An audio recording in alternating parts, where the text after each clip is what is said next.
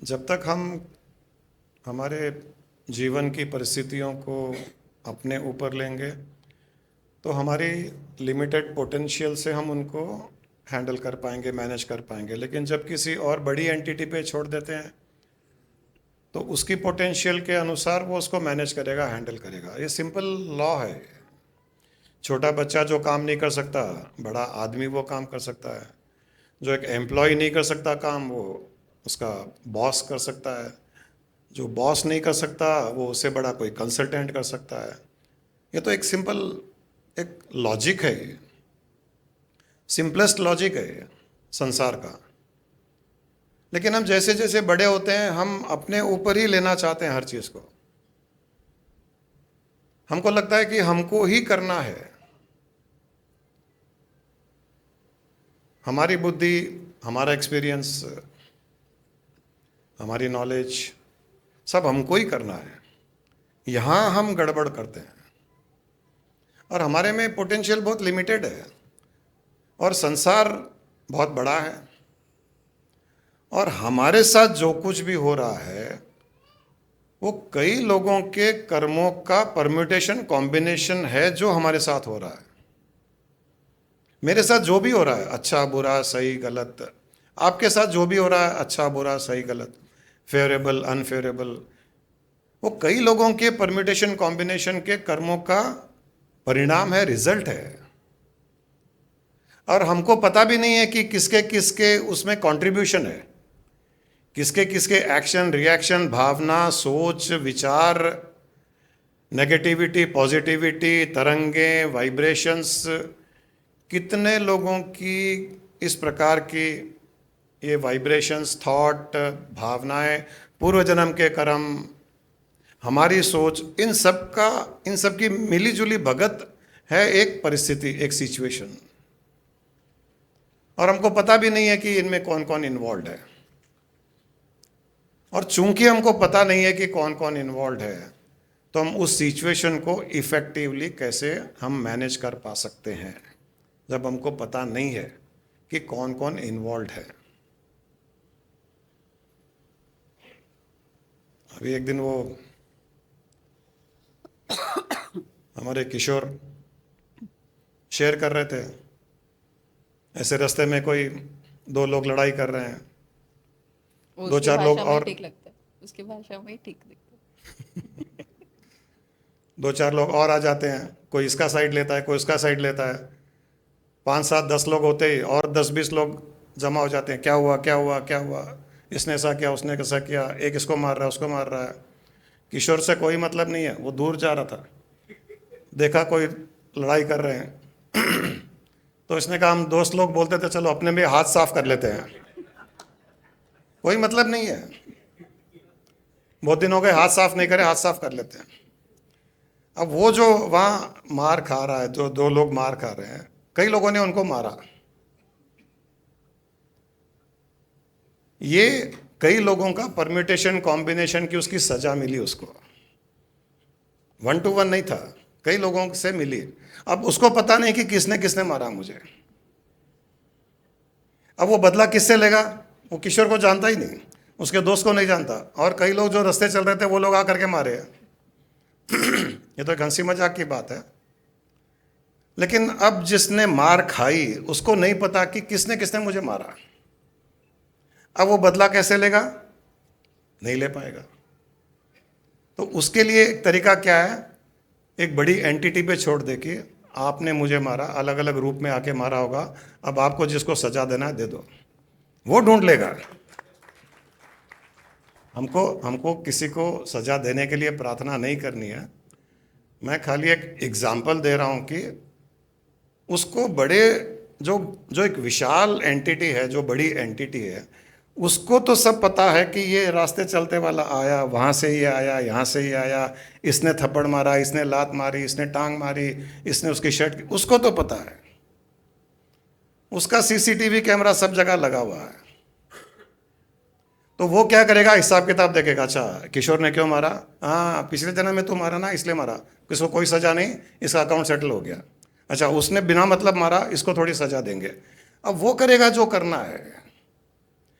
या वो ये करेगा, इसने इसने इसने इसने तुमको मारा बिना मतलब के, इन लोगों के अकाउंट सेटल हो गए, इन लोगों ने तुमको बिना मतलब का मारा, तो इनसे मैं तुमको हेल्प दिलवाता हूँ, तुमको प्रोटेक्शन दिलवाता हूँ, तुमको बचाता हूँ, वो करेगा। अब जिन लोगों ने बिना मतलब का मारा उसको, उनसे कोई ना कोई तरीके से वापस वो हेल्प दिलवाएगा। तो इस प्रकार से जब हम किसी बड़ी एंटिटी पे छोड़ते हैं, तो बड़ी एंटिटी को पता है कि कहाँ कहाँ किसके जीवन में क्या क्या हो रहा है, क्यों हुआ, उसका कारण क्या है, कौन कौन लोग इन्वॉल्व हैं, किन के कर्मों के कारण हुआ है, उनको कैसे मैनेज करना है, कैसे सेटल करना है। तो वो जब मैनेज करेगा, सेटल करेगा, तो उसमें हमारा कल्याण छुपा होगा, वो हमारे कल्याण के लिए ही होगा। और हम इंडिविजुअली कुछ करने जाएंगे तो हम नहीं कर पाएंगे, हमारे में पोटेंशियल है ही नहीं, हम ज़्यादा एक्सपेंशन में जा ही नहीं सकते, हम देख भी नहीं सकते कि हमारे कर्म कहाँ कहाँ किसके साथ जुड़े हुए हैं। इसलिए यहाँ पर जो गुरु माँ ने भी कहा कि कर्म के साथ में अगर भक्ति जोड़ दें तो हमारा उसके साथ में योग हो जाता है। कर्म योग का अर्थ है कि कर्म करते हुए ईश्वर के साथ में अपना योग करना, उसे कर्म योग कहते हैं। कर्म योग का मतलब नहीं है कि बिजनेस किया, व्यापार किया, यहाँ गया वहाँ गया, घूमा फिरा, वो कर्म किया मैंने। कर्म के द्वारा योग ईश्वर के साथ करना कर्म योग है। और कर्म के द्वारा ईश्वर के साथ योग तब होगा जब हम भक्ति रूपी ब्रिज बना देंगे कर्म और योग के बीच में। हर कर्म में जब भक्ति भाव ऐड हो जाती है तो हमारा ईश्वर के साथ में योग होना शुरू हो जाता है। We start becoming one with that supreme entity, क्योंकि हम भक्ति ऐड कर रहे हैं। कई क्रियाएं हैं जहां भक्ति ऐड करने से हमारा योग होता है उसके साथ। जैसे हमने कई बार कहा है, एक दैनिक क्रिया है, रोज करते हैं हम, स्नान करते हैं हम। कोई शॉवर लेता है, कोई बकेट से स्नान करता होगा। ये तो एक ऑर्डिनरी डेली रिचुअल है, डेली चोर्स है, रोज दैनिक क्रिया है, रोज करते हैं। करना वही है, क्रिया वही है, कोई चेंज नहीं है। खाली एक भाव ऐड करना है कि स्नान करने के टाइम में मैं इस आत्मा रूपी चेतना जो इस शरीर में है उसका मैं अभिषेक कर रहा हूं। कुछ नहीं करना है, और कुछ नहीं करना है। क्रिया वही है, शॉवर वही है, बकेट वही है, मग वही है, पानी वही है, जो रोज यूज करते हैं वही है। या जैसे कोई विठला है, मैं विठला का अभिषेक कर रहा हूं, मैं शिव का अभिषेक कर रहा हूं। जब भी स्नान करें इस भाव से करें कि शिव का अभिषेक हो रहा है, या शिव मेरा अभिषेक कर रहे हैं। शिव का अभिषेक हो रहा है या शिव मेरा अभिषेक कर रहे हैं, या मैं चेतना का अभिषेक कर रहा हूं। किसी भी रूप में, किसी भी प्रकार से ऐसे कोई भाव जोड़ दें उसमें, तो आप जो साल में एक बार किसी मंदिर में जाके भगवान का अभिषेक करते हो, या गुरु पूर्णिमा पर गुरु का अभिषेक करते हो, या पादुका पूजा करते हो, उसका फल, उसी प्रकार का फल, वो परिणाम रोज मिलेगा आपको। दिन में एक बार या दो बार, जितने बार स्नान करते हो उतने बार डेली मिलेगा उसका। कोई ज्योतिर्लिंग जाना, वहीं अभिषेक करना, लोग वहां तो सुबह सुबह 3 बजे उठ करके उसका 10,000 रुपए का टिकट लेकर के कर रहे हैं। वो तिरुपति जाते हैं, स्पेशल दर्शन में क्या है, मैं किया नहीं, लेकिन शायद वस्त्र ले जाते हैं, भगवान को वस्त्र पहनाते हैं, स्नान कराने के बाद में आपका दिया हुआ वस्त्र पहनाते हैं, उसमें 50,000 लाख रुपए कुछ टिकट होती है। सुबह सुबह जाओ 2 बजे 3 बजे। हम रोज अच्छे धुले हुए साफ वस्त्र रोज पहनते हैं स्नान करने के बाद में। तो स्नान करने के समय मैंने शिव जी का अभिषेक किया, विठ्ठल का अभिषेक किया, कृष्ण का अभिषेक किया, राम का अभिषेक किया, या राम ने मेरा अभिषेक किया, शिव ने मेरा अभिषेक किया, स्नान कर लिया। स्नान करके आए, कपड़े पहने तो स्पेशल दर्शन हो रहे हैं। मैंने वस्त्र दिए, वो भगवान पहन रहे हैं, वो आत्मा पहन रही है, वो शिव जी पहन रहे हैं, या शिव जी मेरा स्पेशल दर्शन आज कर रहे हैं, विठला मेरा दर्शन कर रहे हैं आज, या उनका दिया हुआ वस्त्र मैं पहन रहा हूँ। ये भाव आते ही वो जो फल मिलता है वहाँ तिरुपति में या किसी बड़े मंदिर में, वो फल आपको उस समय मिलेगा। बिना कोई खर्चा, बिना कोई ट्रैवल किए हुए, कहीं जाना नहीं, कहीं आना नहीं, कोई टिकट नहीं लेना, कोई बुकिंग नहीं करना, कुछ नहीं करना, केवल ये भावना करना है। वहां जाकर के भी वही भावना कर रहे हैं, यहां वो ही भावना करनी है। ऐसे कितने कितने भाव आदि शंकराचार्य ने, सौंदर्य लहरी उनकी एक बहुत अच्छी पुस्तक है, उसमें उन्होंने कितने दिए, आनंद लहरी शायद। हर क्रिया में उन्होंने भाव जोड़ दिया, हर क्रिया में भाव जोड़ दिया, जो हमने पहले भी कई बार कहा है, याद दिलाना पड़ता है कई बार। याद दिलाने से भी हमारा निधि ध्यासन होता है। सुबह सुबह अभिषेक किया, सुबह सुबह वस्त्र भेंट किया ईश्वर को, आत्मा को, परमात्मा को, फिर ब्रेकफास्ट करने गए। कहीं भी करो, कोई जरूरी नहीं है घर में बनाया हुआ ही, होटल में भी खाना खाने का, इडली, कोई प्रॉब्लम नहीं है। वहां पर भी ये भाव करो कि ये भगवान को भोग लगाया हुआ प्रसाद है। चटनीज में जाकर के इडली खाने के समय ये भाव कर लो कि ये भगवान को भोग लगाया हुआ ही है, क्योंकि भगवान को भोग लगाया हुआ है। किसको बोलते हैं भगवान का भोग लगाना, किसको कहते हैं भगवान को भोग लगाना? हमारे घर में पूजा रूम में भगवान की फोटो के सामने लगाना ही भोग लगाना है, या मंदिर में भगवान की मूर्ति के सामने कुछ चढ़ाना भोग लगाना है? ये हमारी अज्ञानता है। हर पल भगवान की दृष्टि सारी सृष्टि पर है। तो जहां पर भी खाना बन रहा है, जहां पक रहा है, जहां खाना बनाने के बाद में किसी बर्तन में रख दिया, तो भगवान की दृष्टि तो लग गई उसके ऊपर, तो भोग हो गया, भगवान को भोग हो गया, नैवेद्यम हो गया। अब उसको हम जब खा रहे हैं तो भगवान का प्रसाद ही है वो, और स्पेशल क्रिया करने की क्या आवश्यकता है? ये भाव होना चाहिए। अभी हमने समोसा खाया, बाहर बैठे गुलाब जामुन खाया, हमने पकोड़े खाए, हमने तो प्रसाद मान के ही खाया, और वो प्रसाद का ही फल देगा, दूसरा फल दे नहीं सकता, क्योंकि जो भावना होती है फल वही होता है। यद भावम तद भवति। इसमें क्या लगा, इस भाव को जगाने में लगा क्या? मुझे अभी तक समझ में नहीं आता है कि ये निधि ध्यासन जो बोलते हैं, सब दिक्कत आ रही, कठिनाई आ रही, ये भावना उत्पन्न करने में लगा क्या? कौन सा एफर्ट लगा? कौन सा 3 बजे उठना है, कौन सा सुबह आपको सूर्योदय के पहले ये स्नान करना है, गंगा डुबकी लगाना है, ये करना है? कभी भी दिन में कुछ भी करते हुए भाव, अगर उसमें भक्ति भाव ऐड हो गई, भगवान का नाम ऐड हो गया, भगवान को सुपर्पित कर करके, वो अर्पित कर करके वो हमने ग्रहण किया, वो भगवान का ही दिया हुआ माना जाता है।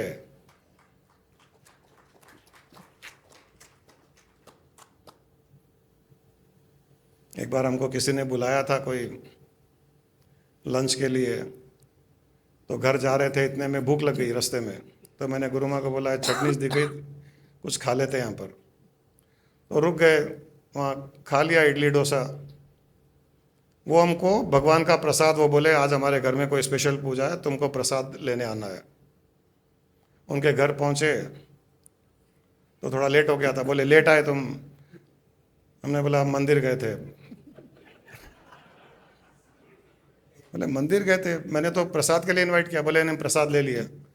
बोले कौन सा मंदिर गए? बोले चटनीस गए थे। वो निकल गया मुंह से। अब उनकी तो भावना है नहीं, वो स्पिरिचुअल नहीं है, वो चटनीस कोई मंदिर होता है क्या? ये होता है क्या, वो होता है क्या, वहाँ तो तामसिक भोजन होता है, वहाँ ये होता है, राजसिक होता है, सफाई नहीं होती, वो स्नान करके नहीं करते हैं, वो नैवेद्यम नहीं लगाते, वो भगवान को भोग थोड़ी लगाते हैं।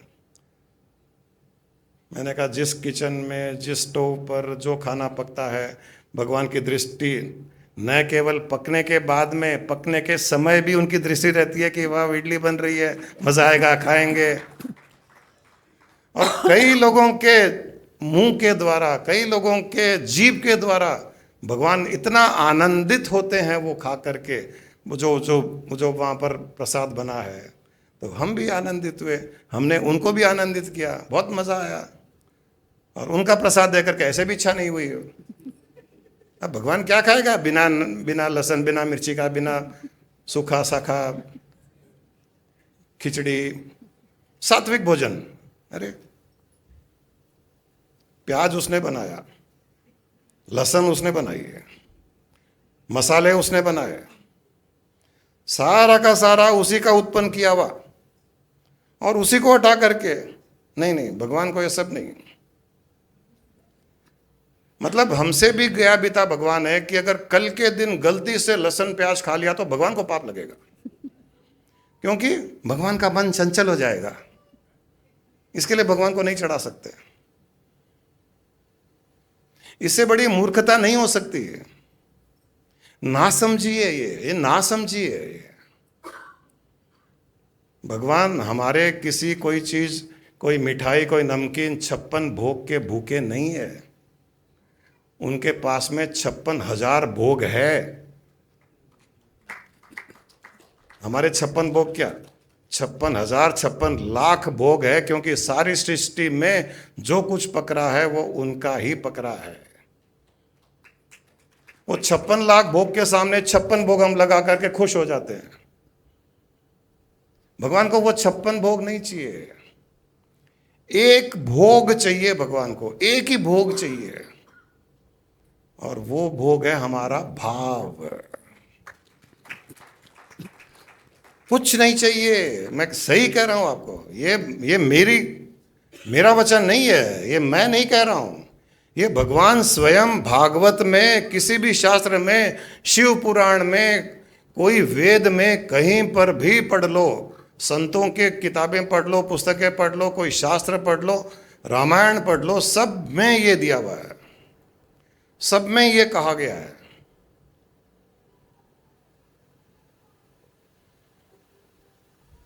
मनसा बचसा दृष्टया, ऐसा कर करके रामायण में कहा गया है। रामायण में ये कहा गया है कि जो मन से सोचा जाता है, जो दृष्टि में पड़ता है, जो वचन से बोला जाता है,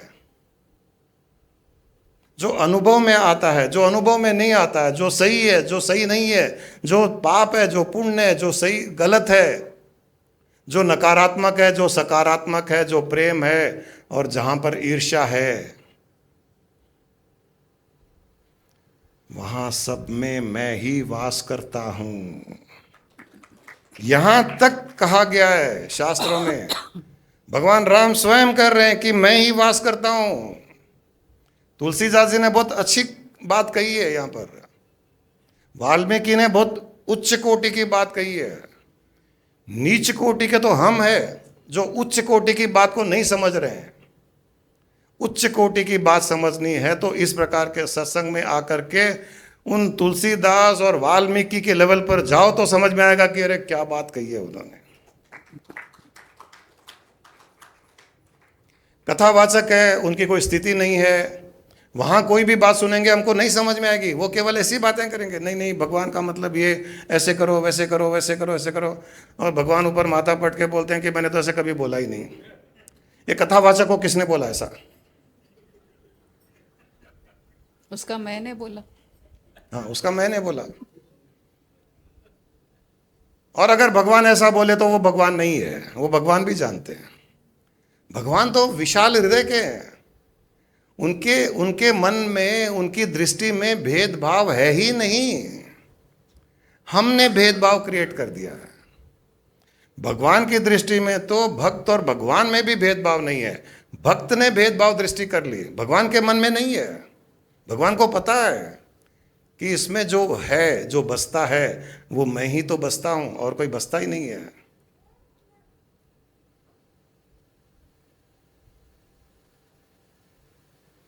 सारी सृष्टि में वो एक ही वास करता है।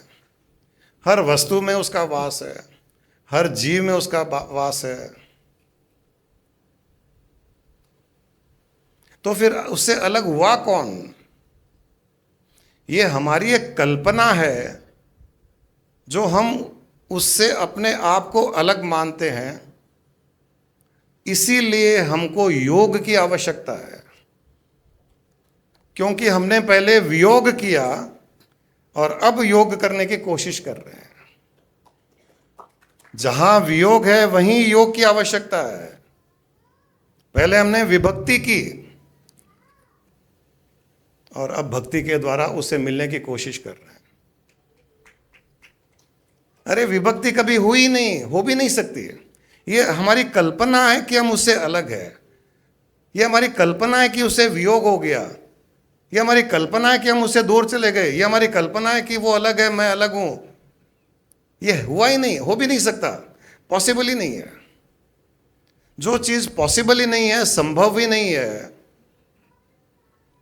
उसकी पॉसिबिलिटी केवल और केवल कल्पना के द्वारा हो सकती है और कुछ नहीं हो सकता।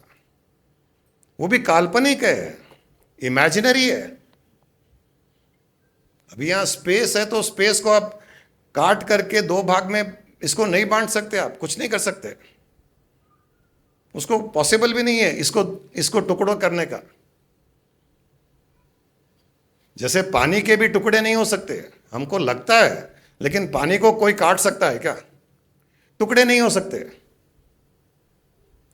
लेकिन उसी पानी से बना हुआ बर्फ, उसके टुकड़े हो सकते हैं। उसी पानी से बनी हुई बर्फ के टुकड़े हो सकते हैं। तो जब हम भाव कहते हैं, अहंकार, आई, मैं, वो है उसी का ठोस परिवर्तित स्वरूप। इसके टुकड़े हो सकते हैं, आई के टुकड़े हो रहे हैं। पानी वही है, बर्फ भी वही है, दोनों में अंतर नहीं है। लेकिन एक के टुकड़े हो सकते हैं, एक के टुकड़े नहीं हो सकते। तत्व से वो दोनों एक ही है। इसलिए भाव को जगाना सीखना पड़ेगा और कुछ करने की आवश्यकता नहीं है। घूमने जा रहे हो, कहीं भी जाइए, कोई जरूरी नहीं है केदारनाथ, ऋषिकेश, कोई जरूरी नहीं है चिलकुर बालाजी जाओ और कहीं जाओ।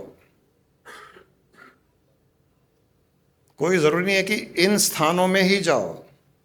कश्मीर जाओ, पाकिस्तान जाओ, न्यूजीलैंड जाओ, उसको कोई प्रॉब्लम नहीं है।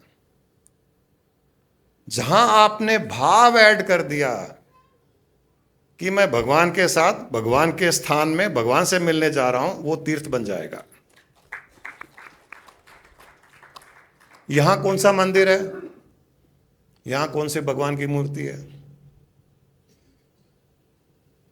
यहां कौन सी आरती हो रही है, कौन सी घंटा बज रहा है, यहां पर कुछ भी नहीं हो रहा है। लेकिन इसको सत्संग कहते हैं। क्यों कहते हैं? क्योंकि यहां हम सत के संग है, और सत से बड़ा ईश्वर भगवान भी नहीं है। तो यहां हम उससे योग ही कर रहे हैं। हम और क्या कर रहे हैं? योग तो कर रहे हैं उससे। जहां सत के साथ में संग किया वहीं हमारा योग हो गया। और सत, ऐसा कोई स्थान नहीं है जहां सत नहीं है, और ऐसा कोई स्थान नहीं है जहां असत भी नहीं है। असत भी नहीं है संसार में। हमारी कल्पना है कि ये असत है, हमारी कल्पना है ये असत है, हमारी कल्पना है कि ये संसार असत है। वो असत नहीं है, वो सत का ही परिवर्तित मॉडिफाइड फॉर्म है जो हमको असत दिखाई दे रहा है।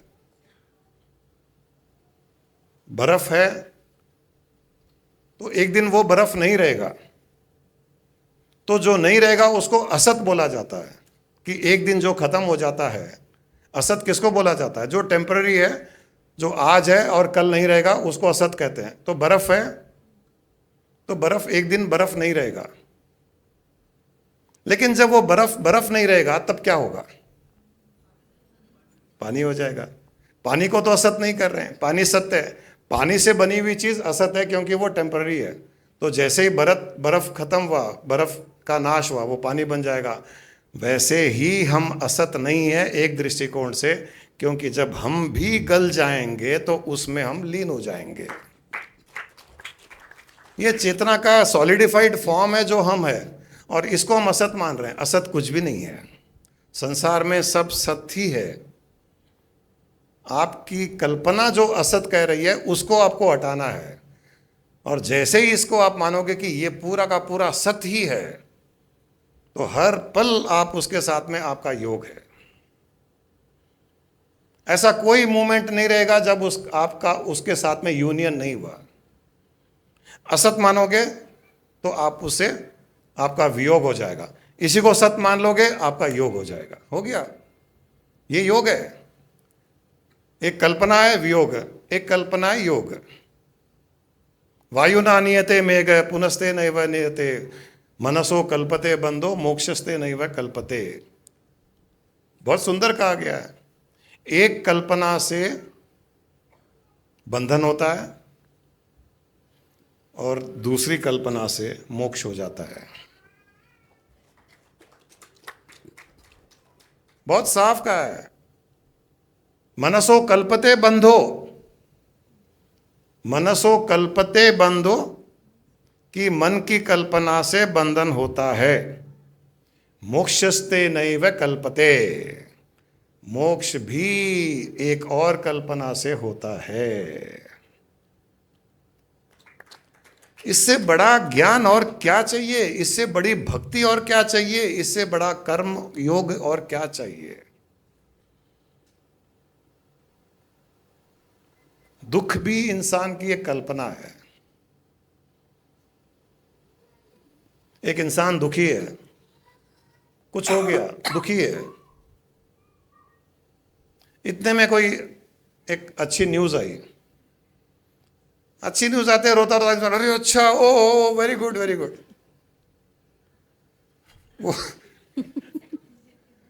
वो जो दुख का कारण था वो वैसे ही है, उसमें कोई बदलाव नहीं हुआ। जो मर गया वो लाश वैसे ही पड़ी है। न्यूज आई कि उसका बच्चा पैदा होगा, अच्छा बच्चा पैदा हो गया, बहुत अच्छा हुआ, इसको भूल गए, अब उसके तरफ ध्यान चला गया। ये भी कल्पना, वो भी कल्पना है। इस कल्पना के ऊपर दूसरी कल्पना डाल दी गई। दुख भी कल्पना, सुख भी कल्पना, बंधन भी कल्पना, मोक्ष भी कल्पना, लॉस कल्पना, प्रॉफिट कल्पना, अच्छा हुआ कल्पना, बुरा हुआ भी कल्पना। ये हमारी कल्पना है कि अच्छा हुआ, ये बुरा हुआ, ये कल्पना है। एक्चुअल में तो न अच्छा है न बुरा है, न सही है न गलत है, सब कल्पनाएं हमारी, क्योंकि सारी सृष्टि स्वप्न रूप से कल्पित ही है, रियलिटी तो कुछ है नहीं। तो इस भाव को जोड़ना शुरू कर दीजिए। हर क्रिया में एक भाव को जोड़ना शुरू कर दिए, भावना को जोड़ना शुरू कर दीजिए। जो आदि शंकराचार्य ने, जैसे मैंने कहा कि घर से निकले, महाराजा चाट गए, पानीपुरी खा ली, एबिट्स गए, वहाँ पर डोसा खा लिया, बेगम बाजार गए, सिकंदराबाद गए, सुबह दिन भर घूम के शाम को घर आए। बिना मतलब के घूम लिए शंकराचार्य, टाइम पास। गुरु माँ ने बोला ना, ज्ञान टाइम पास है, तो वो भी टाइम पास करके आ गए। शाम को घर आके बैठ गए तो पत्नी ने पूछा क्या हुआ, प्रदक्षिणा करके आ गए क्या भगवान की? बोले हाँ कर लिया। बोले कौन से मंदिर में? बोले मुझे ऐसा कोई स्थान मिला ही नहीं जहां वो नहीं है, तो मैं सुबह घर से निकला, कोकापेट गया, बेगम बाजार गया, चार मीनार गया, वहां से घूमते घूमते हिमायतनगर गया, सिकंदराबाद गया, वहां से बेगमपेट होकर के वापस घर आ गया। हो गई प्रदक्षिणा। मैं भगवान को इतना सा क्यों मानूं? मैं भगवान को बहुत विशाल मानता हूं, तो प्रदक्षिणा में टाइम लगता है ना। और बीच में थक जाते हैं तो कुछ खाना भी पड़ता है। और भगवान ने हर जगह प्रसाद रूप से रख दिया है, भाई तू यहाँ खाना खा ले, तू यहाँ थक जाएगा, वहाँ से थोड़ा प्रसाद ले ले, यहाँ प्रसाद ले ले, यहाँ कूल ड्रिंक रूपी प्रसाद ले ले, कोक, यहाँ पानी पूरी रूपी प्रसाद ले ले, यहाँ पिज्ज़ा प्रसाद पड़ा है। ऐसे माता की चौकी बैठती है या कोई जागरण होता है तो कई जगह काउंटर्स रहते हैं ना, जो थक गए, ये देवेंद्र भी विठला विठला करते थक जाते हैं तो जाके थोड़ा खा लेते हैं। काउंटर्स है अलग अलग अलग, जो जो थक गया वो जाके थोड़ा बहुत खा लो, फिर आके अपना फिर शुरू करो। तो उसने बोला मैंने प्रदक्षिणा कर ली, क्योंकि मेरा ईश्वर बहुत विशाल है। मेरा ईश्वर वो छोटा वाला नहीं है, इतना सा 6 इंच बाई 1 फीट का नहीं है, मेरा ईश्वर बहुत विशाल है। तो आज मैंने प्रदक्षिणा बड़ी की, और बड़ी प्रदक्षिणा करनी है, चलो भाई बैंगलोर चलेंगे, 3 दिन वहां रहेंगे। और बड़े भगवान की प्रदक्षिणा किए, वापस आ गए तो और बड़े भगवान की प्रदक्षिणा किए, कश्मीर गए और बड़े भगवान की प्रदक्षिणा की। कहीं भी जाकर के आओ, आपने प्रदक्षिणा ही की ईश्वर की। अगर भाव उसमें जुड़ गया तो ईश्वर उसको अपनी प्रदक्षिणा मान लेता है। आप मानो या न मानो, वो मान लेता है। वो ये नहीं कहता कि उस मंदिर में जाके मेरी परिक्रमा करो, मेरी प्रदक्षिणा करो, वो नहीं कहता है, क्योंकि वो हर स्थान में है, कण कण में है। ममे वांशो जीव लोके जीव सनातन भूत, गीता में भी भगवान ने कहा है कि मैं हर स्थान में, कण कण में, मैं ही अंश रूप से हूं, मेरे अलावा कोई नहीं है। जहां कुछ है वहां भी मैं हूं, जहां कुछ नहीं है वहां भी मैं ही हूं। इतने साफ शब्दों में कह दिया तो क्या बचा अब कौन सी एक विशेष स्थान में जाकर के परिक्रमा करनी, प्रदक्षिणा करनी, विशेष स्थान में जाके पूजा करनी, विशेष स्थान में जाकर के वहां का प्रसाद लेना है, विशेष स्थान में जाकर के वस्त्र चढ़ाना है, कुछ भी नहीं करना है। ज्वेलरी शॉप जाइए, नेकलेस खरीदिए, नेकलेस पहनिए, मान लीजिए कि अम्मा वारों को नेकलेस चढ़ा दिया मैंने और अम्मा वारू उसको एक्सेप्ट करेगी, मेरी गारंटी है। अगर अम्मा वारू को माना कि अम्मा वारू मेरे अंदर है, अम्मा वारू ही है, नई कांजीवरम साड़ी, नेकलेस, ईयररिंग्स, अंगूठी, पाजेब, कुछ भी ले लीजिए, इनकी चिंता मत कीजिए, हस्बैंड्स की, उनकी प्रॉब्लम है। आप पैसा खर्चा कीजिए अम्मा वारों के नाम पर, अम्मा वारों खुश होगी, माता बहुत खुश होगी। वहां चढ़ाओगे जहां पता नहीं है या नहीं है, यहां तो साक्षात है, क्योंकि माता चलने फिरने वाली है, माता मूर्ति नहीं है। शिव तो फिर भी मूर्ति हो सकता है, माता नहीं हो सकती। माता चंचल है, माता आती है, जाती है, बोलती है, डांटती है, खाती है, पीती है, सब कुछ करती है। पहनते थे, वही बात हो रही है। भक्ति की परिकाष्ठा, प्रेम की परिकाष्ठा, हर स्थान में जब उसको देखोगे तो आप उससे बचे हुए कैसे रहोगे? अगर दूसरों में देखता हूं तो इसमें भी देखना पड़ेगा। वही आए हैं वापस बताने के लिए, आना पड़ता है ना उनको। कभी वो आ जाते हैं, कभी रामकृष्ण परमहंस आ जाते हैं, कभी और कोई आदि शंकराचार्य आ जाते हैं, कभी भगवान स्वयं आ जाते हैं, कभी स्वामी जी आ जाते हैं, कभी कोई ना कोई आते हैं। उनको भी कोई ना कोई माध्यम चाहिए अपनी बात कहने के लिए, ये उनकी बातें हैं।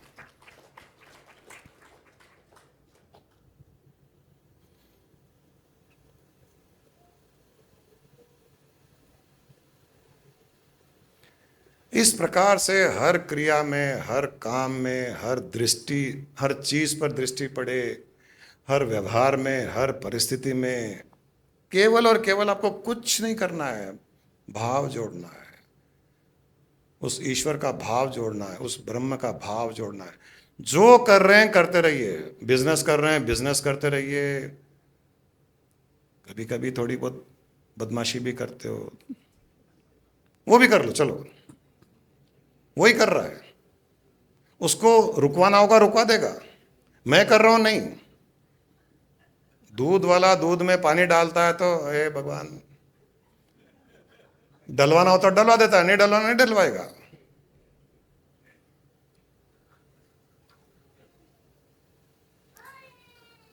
और वो दूध भी बन जाएगा। अगर ईश्वर का नाम लोगे तो पानी डाला हुआ भी दूध ही बन जाएगा, और उसमें इतना पोषण आ जाएगा कि दूध का ही वो रूप लेना। फल देगा। वो उसमें इतनी शक्ति है, क्योंकि उसमें भी तो वो जीव लोके जीव भूत बनातन है। ममे वांशो जीव लोके, वो कह रहे मैं ही हूं। ये तेरी दृष्टि है, ये दूध है, ये पानी है, ये कीचड़ है, ये गंगा नदी है, ये मूसी नदी है, ये तेरी दृष्टि है। मेरी दृष्टि में कुछ नहीं है, कोई अंतर नहीं है, सब एक ही है, सब एक ही है। उसकी दृष्टि में एक ही है, हमारी दृष्टि में अलग अलग है। ये नल का पानी अच्छा नहीं आ रहा, ये नल का पानी अच्छा आ रहा, ये नल से स्नान करना है, ये नल से स्नान नहीं करना है, ये तुम्हारी दृष्टि है। ऊपर टंकी एक ही है, तो वो नल का पानी भर के ला, ये नल का मत भरना, अरे बेवकूफ है, सोर्स तो एक ही है। तो वैसे सारी सृष्टि का टंकी, ओवरहेड टैंक एक ही है, उसी में से आ रहा है सब कुछ। इतना ही ध्यान रख लो, काफी है। ओवरहेड टैंक एक ही है, ये अपने नल हैं अलग अलग अलग अलग नल, क्या फर्क पड़ता है। इस प्रकार से भाव जोड़ते जाइए और ईश्वर के साथ में अपना योग करते जाइए। और एक दिन ये विश्वास रखिए कि जिस दिन मैं छूटा इस शरीर से, मेरे प्राण छूटे, मेरे पास और कोई स्थान नहीं है बनिस्पत के कि मैं उसमें लीन हो जाऊंगा। मैं और कहीं जा भी नहीं सकता, कहीं भी कोई स्थान ही नहीं है, और वो मुझे जाने भी नहीं देगा, क्योंकि मेरा वो बेसब्री से इंतजार कर रहा है। तो मैं उसी में लीन होने वाला हूँ। इस प्रकार से भाव जोड़ते हुए अपने जीवन जिए, हर सिचुएशन को उसको अर्पित करते जाइए, हर परिस्थिति को, हर समस्या को, हर अच्छाई को, हर बुराई को, जो हो रहा है सब उसको अर्पित करते जाइए। आपका अवश्य कल्याण होगा, बहुत जल्दी कल्याण होगा, और बहुत जल्दी प्रूफ मिलने लग जाएगा आपको कि उसकी शक्ति काम कर रही है। मैं सही कह रहा हूँ। कल से साड़ी पहनो तो सोचो कि अम्मा वारू पहन रही है, ज्वेलरी पहनो, पहन के आया करो यहाँ सत्संग में, हमको भी तो पता एक्चुअली चले। मैंने देखो, कहा पेरेंट्स बहुत खुश होते हैं ना जब बच्चे अच्छा ड्रेसअप होके आते हैं, अरे हाँ, कितने सुंदर लग रहे हो।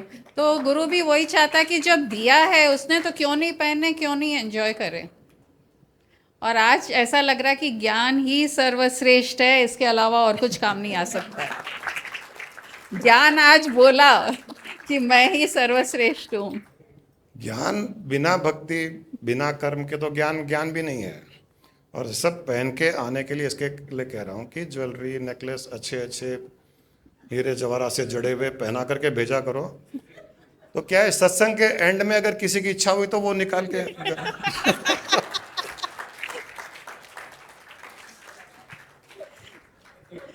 पॉसिबल है। हमने भी दिया कई लोगों को, लो भाई लो।